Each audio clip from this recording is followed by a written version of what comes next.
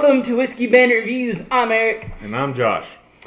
We have Russell's Reserve 13-year-old bourbon. Is this your traditional wild turkey? Give you the gobble wobbles for $20. We're going to let you know. So let's drink on that.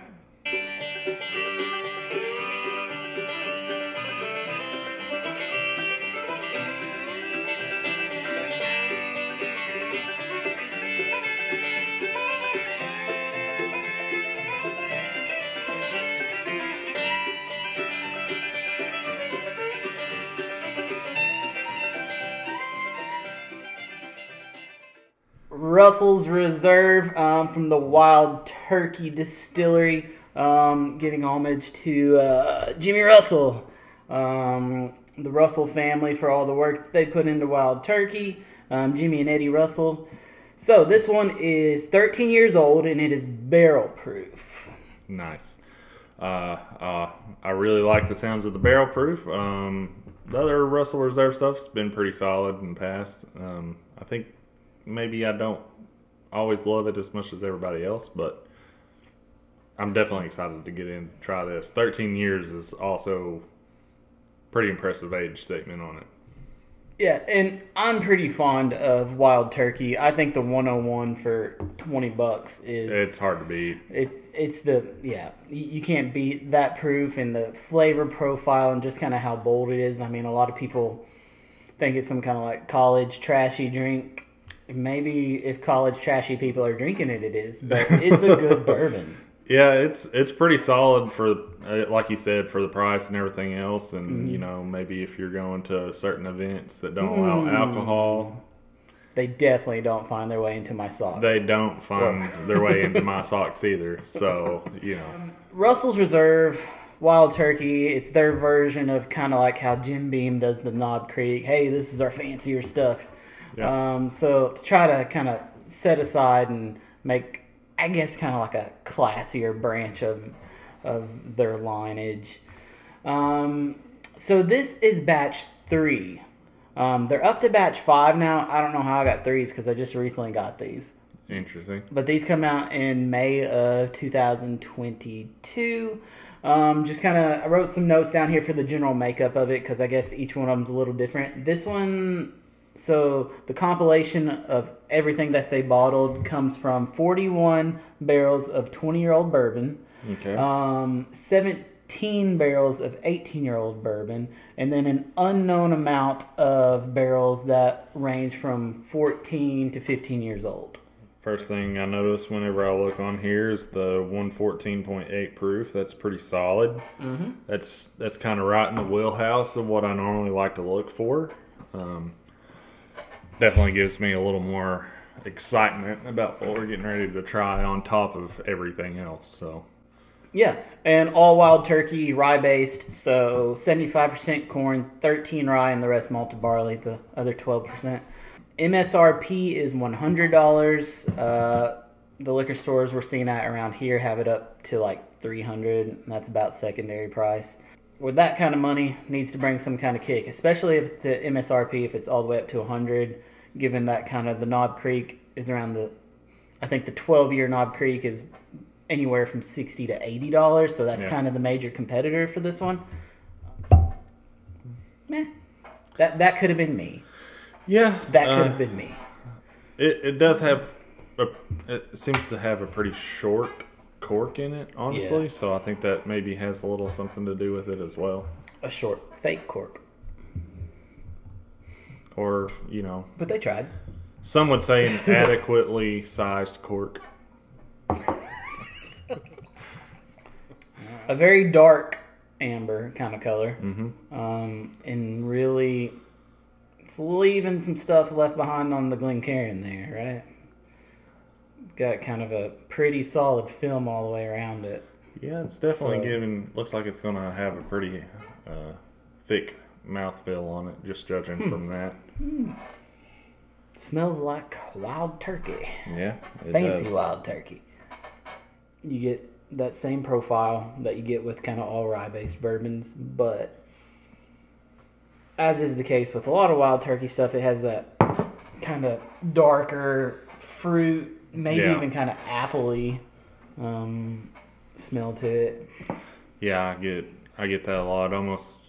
Almost even into the like citrus type zest. Like not the actual fruit itself, but kind of like that zestiness added on top of it. But more, like you said, more along the darker fruits. Mm-hmm. I kind of get like a caramel apple, like, it's kind of green apple more so. Yeah, definitely more along the lines of the green apple, more of a tart kind of scent to it. Not really so much on the sweetness thing.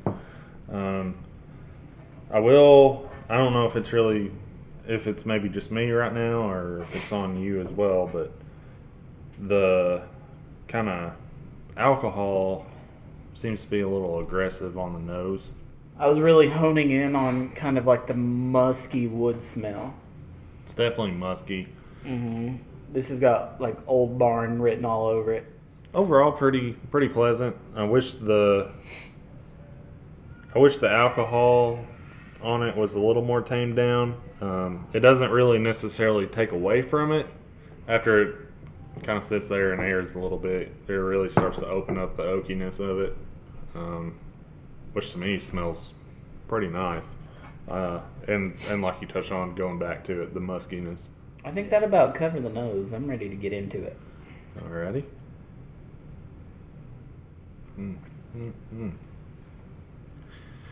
That's intense. Woo! That is intense. Oh my.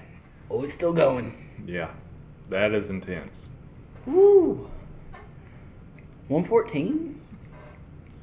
Yeah, 114.8, I believe. Every bit of the proof in that, you feel it.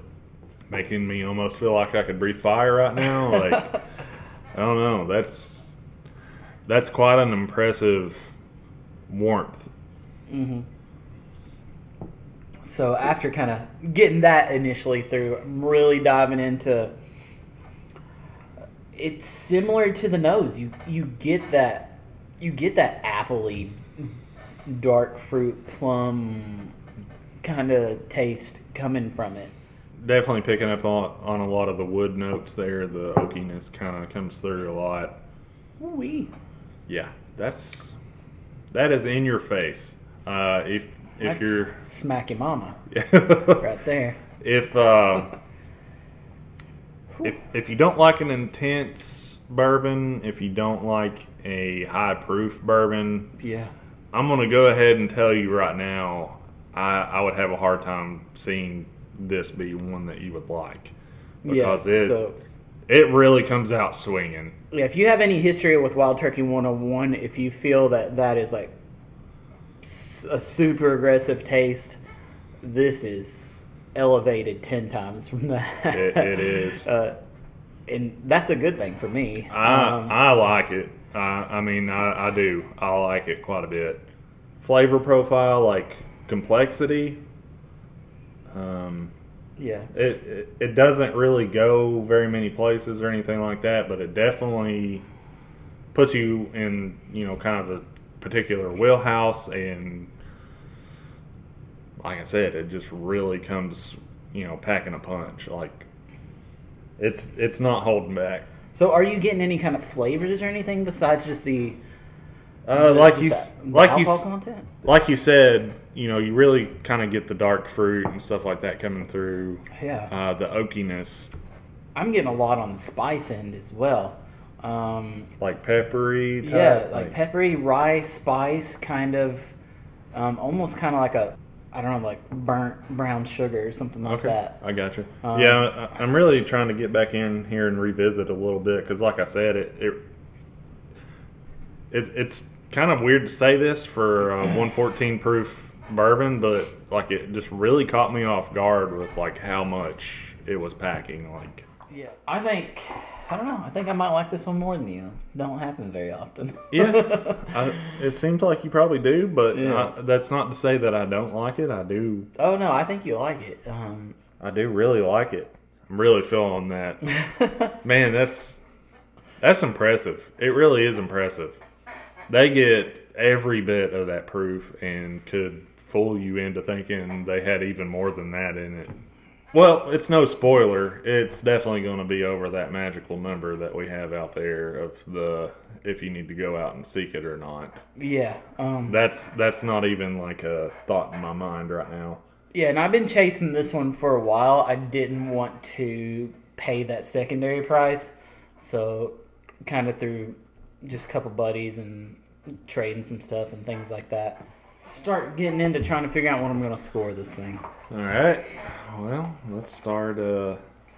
Let's start talking scores. All right then. All right, how close are we? I think we are within 1/10. 1/10. I was going to say 2/10. 2/10. Okay. I do feel like you're probably higher this time, which is unusual, but Which says something. it does say something. I like that you are actually higher for once than me. Maybe. Maybe, yeah. I'd be surprised if not. Maybe. I'm going to give you the floor first. Okay, so this is going to be one of the higher ones that I've rated that we've tried so far. So I can't really be fair on if it's better than these others or not, but just what I'm feeling. It's over the mark, which we kind of say is an 8.0 of go out and find it. Yep. Right? I've got it above that. I do too. I've got it at an 8.7. Okay. 8.7 is where I've got it. All right. I actually almost changed my score to go higher, which would have put us within that 2/10 mark. Oh, 8.4. I put it at 8.4. So 8.55. Yeah. That's solid. I'm kind of regretting not going up a little bit more on it, but I don't know. I feel like that's. Hey, that's respectable. I feel like that's pretty well in the right range for it. It's definitely well above that 8.0 range that we talked about a lot. Clearly, I like it a lot.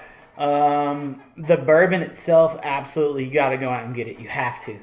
Search for a deal. Get your deal. Then there's that price. That little price thing.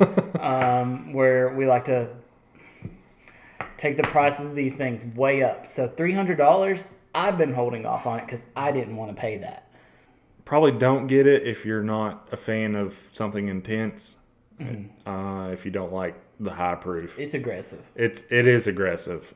To us, that's a good thing. Yeah. Not to everybody. So that would kind of just be my main warning on it.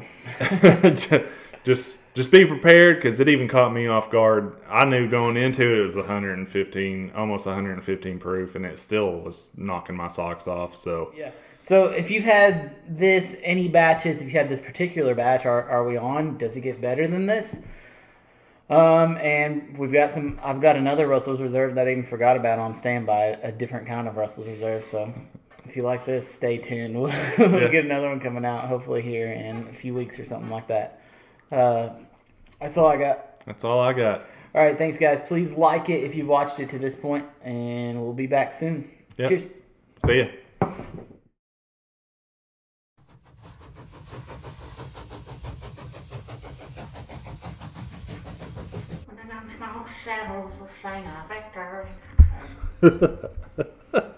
I like your Willie Nelson.